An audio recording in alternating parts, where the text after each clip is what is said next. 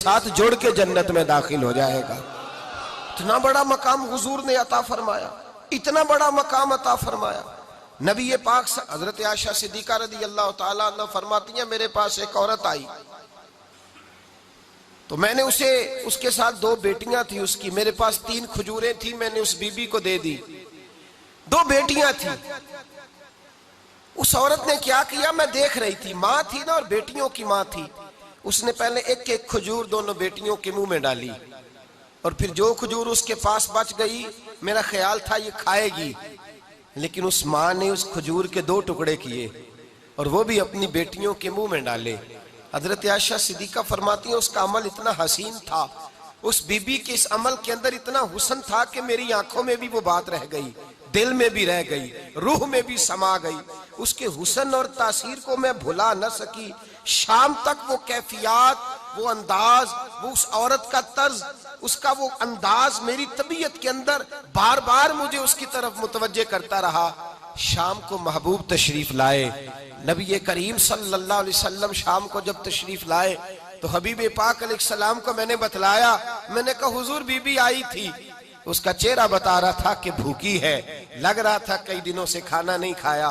3 खजूरें थी ही मेरे पास 3, 2 बेटियों को दे दी, वो खा सकती थी, लेकिन या रसूल अल्लाह सल्लल्लाहु अलैहि वसल्लम उसने खाई नहीं, वो भी खजूर 2 टुकड़े करके बेटियों में बांट दी है। हजरत आयशा कहती है, देर तक हुजूर मेरी बात को सुनते रहे, देर तक मेरी तरफ देखते रहे, उस तसव्वुर को, बेटी के प्यार के उस जायके देर तक महबूब महसूस करते रहे। और फिर फरमाया, आयशा जो दुनिया में बेटियों की वजह से आजमाया जाएगा, जब कयामत का दिन आएगा तो रब उससे हिसाब नहीं लेगा, बेहिसाब ही जन्नत में दाखिल फरमा देगा। अल्लाह फिर उससे हिसाब नहीं लेगा जो बेटी के सबब से आजमाया जाए। यानी हुजूर ने बाप को कहा कि बेटी को मुसीबत ना समझना, अगर कभी उसके मेके से झगड़े का पैगाम भी आ जाए, अगर कभी दोबारा तुझे उसकी तरफ पलट कर जाना भी पड़े। मेरे नबी पाक सल्लल्लाहु अलैहि वसल्लम से किसी सहाबी ने कहा था, या रसूल अल्लाह बेहतरीन सदका कौन सा है? हुजूर बेहतरीन सदका कौन सा है? वो मेरा माल जो अल्लाह के रास्ते में खैरात करूं तो रब मुझे ज्यादा अजर अता करे, वो कौन सा है? तो मेरे नबी पाक ने फरमाया, अगर तेरी बेटी वापस लौट आई तलाक की वजह से या बेवा होकर वापस आ गई और तुझे उस लौटने वाली बेटी पर कुछ खर्च करना पड़ा, तो तेरे रसूल का वादा यह है कि अल्लाह तुझे उस रुपए पर सबसे ज्यादा अजर अता फरमाएगा, उस पैसे पर अल्लाह तुझे सबसे ज्यादा। इन्हें बोझ ना जानना, इनकी आजमाइशों पे परेशान ना होना। घर कभी बेटी का पैगाम आ जाए कि उसको फिर से ये तकलीफ हुई है, बाप समझने लगा था कि मैं तो फारिग हो गया, निकाह करके मैं फारिग हो गया, फिर अगर कभी उसे पैगाम आए तो मेरे मुस्तफा करीम ने फरमाया वो परेशान ना हो, वो दुखी ना हो, बल्कि जो बेटी की वजह से आजमाया जाएगा उससे तो हिसाब ही नहीं लिया जाएगा, अल्लाह बगैर हिसाब ही जन्नत अता फरमा देगा।